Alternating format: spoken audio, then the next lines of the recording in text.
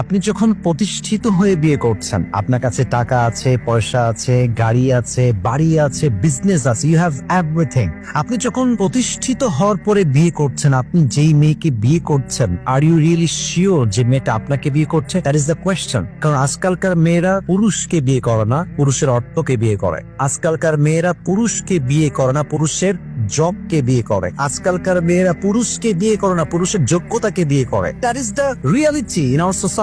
অতএব আপনি যখন শূন্য অবস্থায় আছেন, ওয়েন ইউ হ্যাভ নাথিং, না আছে ভালো চাকরি, না আছে ব্যবসা, না আছে গাড়ি, না আছে বাড়ি, at that time যখন আপনি শূন্য অবস্থায় আছেন, তখন যেই মেয়েটা বলে যে আমি আপনাকে বিয়ে করতে চাই, আপনি আমাকে বিয়ে করে প্রতিষ্ঠিত হন, আপনি সামনে এগিয়ে যান, আপনি অনেক ভালো কিছু করবেন, আপনি আমাকে বিয়ে করবেন, আর তখন যে অবস্থায় আপনাকে মেয়েটা বিয়ে করতে চায়, she is the perfect life partner। সেই হচ্ছে আপনার সবচেয়ে যোগ্যতা রাখে বউ হওয়ার, কারণ সেই মেয়েটা এমন অবস্থায় হাত ধরতে চেয়েছে when you have nothing, যখন আপনার কাছে কিছুই নেই। অতএব বোঝা যায় সেই মেয়েটা আপনার বউ হওয়ার যোগ্যতা রাখে। ঠিক কিনা বলেন?